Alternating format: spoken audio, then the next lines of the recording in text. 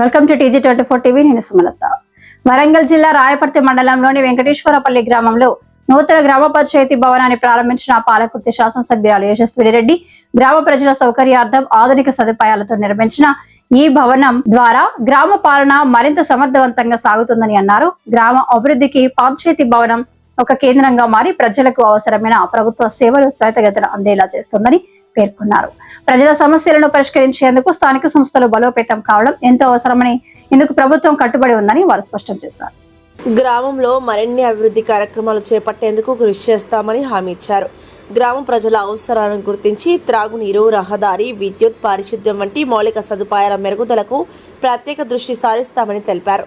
ఈ కార్యక్రమంలో స్థానిక సర్పంచ్ సారయ్య, మండల కాంగ్రెస్ పార్టీ అధ్యక్షుడు ఈదుల కంటి రవీందర్ రెడ్డి, ప్రజాప్రతినిధులు, గ్రామ పెద్దలు, అధికారులు, కాంగ్రెస్ పార్టీ నాయకులు, కార్యకర్తలు పాల్గొన్నారు. మరి మీరందరూ కూడా చాలా సేపటి నుంచి ఎదురు చూస్తుండ్రు. ముందు పాలకుర్తి మండలంలో కొంచెం ఆలస్యమైన ఉండే. ఈ వెంకటేశ్వరపల్లి గ్రామంలో ఇంకోటి అదృష్టం ఏంటంటే సన్నూర్ టెంపుల్ కూడా ఉంది. దాని గురించి కూడా మనం ఈ వారంలో అది ఎప్పుడు అనుకున్నా గానీ ఏదో ఒకటి మరి ఆ దేవుడు అది ముడిపడతలేదు. ఈ వారంలో అంటే ఒక 10 రోజులలోనే కలెక్టర్ గారితో మనం ఇక్కడ మీటింగ్ పెట్టుకున్నాము. టెంపుల్ ప్రెమిసెస్ లో కలెక్టర్ గారితో టెంపుల్ డెవలప్మెంట్ కోసము మీటింగ్ పెట్టుకొని ఎట్లా టెంపుల్ ని డెవలప్ చేసుకోవాలి ఇంకా అన్నది కూడా చూద్దాము. చుట్టుపక్కల మండలాల నుంచి, వేరే నియోజకవర్గాల నుంచి కూడా ఈ టెంపుల్ కి ఎప్పుడు కూడా చాలా మంది వస్తారు. కాబట్టి టెంపుల్ ని డెవలప్ చేసుకుంటే ఇక్కడ ఈ ఊర్లో ఉన్న వాళ్ళకి కూడా కొన్ని విషయాల కొన్నిట్లో ఉపాధి అనేది కలుగుతుంది. కొన్ని చిన్న చిన్న షాపులు పెట్టుకోవడం అయినా లేకపోతే ఏదైనా అట్లాంటి వాటిలో ఉపాధి కలుగుతుంది. ఈ గ్రామానికి సంబంధించి కూడా అంతకుముందు ఇక్కడ ఎలక్ట్రిసిటీది కూడా ఒకటి సమస్య ఉంది అనుకుంటా. అప్పుడు పెట్టించినాం అనుకుంటా మొన్న ఎస్సీ దాంట్లో ఒక 5 lakhs ఇచ్చినాము. ఇక్కడ NREGS ఇన్ని రోజులు లేకుండే, మొన్న ఉంటే ఒక 5 లక్షలు పెట్టించినాము. ఇంకా కూడా ఏమైనా సమస్యలు ఉంటే తప్పకుండా దిగుదాం. మన ప్రభుత్వంలో ఆల్రెడీ ఇంద్రమ్మ ఇల్లు 3500 ఇల్లు వస్తే ప్రతి గ్రామానికి అక్కడక్కడ ఉన్న జనాభాని, పాపులేషన్ ని బట్టి మనం పంచడం జరిగింది. మళ్ళా కూడా 2వ విడత వస్తూనే ఉంది.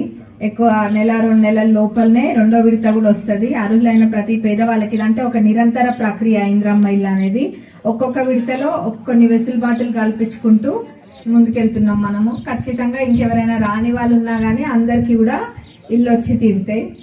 మరి మీరందరూ మొన్ననే బిల్లు పాస్ అయింది కాబట్టి ఇంకొకటి అందరికీ కూడా దీనిపైన నాలెడ్జ్ ఉండాలి, అవగాహన ఉండాలి కాబట్టి చెప్తున్నా. ఊర్లలో తల్లిదండ్రులను చూడని వాళ్ళు ఎవరైనా కానీ గవర్నమెంట్ ఎంప్లాయీస్ అయితే వాళ్ళ జీతంలోకి వెళ్ళి 10,000 ఖచ్చితంగా కరాఖండికి కట్ అయితే.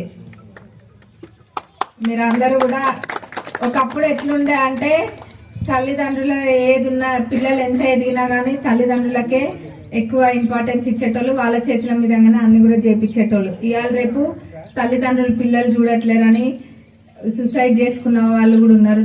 స్వయంగా నేను చూసిన వాళ్ళు కూడా ఉన్నారు అట్లా కొంతమంది. అట్లాంటి పరిస్థితి ఏ తల్లిదండ్రులకు కూడా రావద్దు. మన చిన్నప్పటి నుంచి కూడా అన్ని కష్టాలు భరించి, తల్లైనా తండ్రి అయినా ఎన్ని కష్టాలు భరించి మనం చదివిపించి ప్రయోజకులను చేసి లేకపోతే ఏదో ఒక విధంగా మనం చూసుకుంటారు. అట్లాంటిది ఏ సమయంలో అయితే వాళ్ళు చిన్నపిల్లలుగా మారుతారో అట్లాంటి సమయంలో వాళ్ళని వదిలేయడం అనేది అసలు అది మన సంస్కారం కాదు, మన సంస్కృతి కాదు. కాబట్టి అందరూ కూడా తల్లిదండ్రులను మంచిగా చూసుకోవాలి.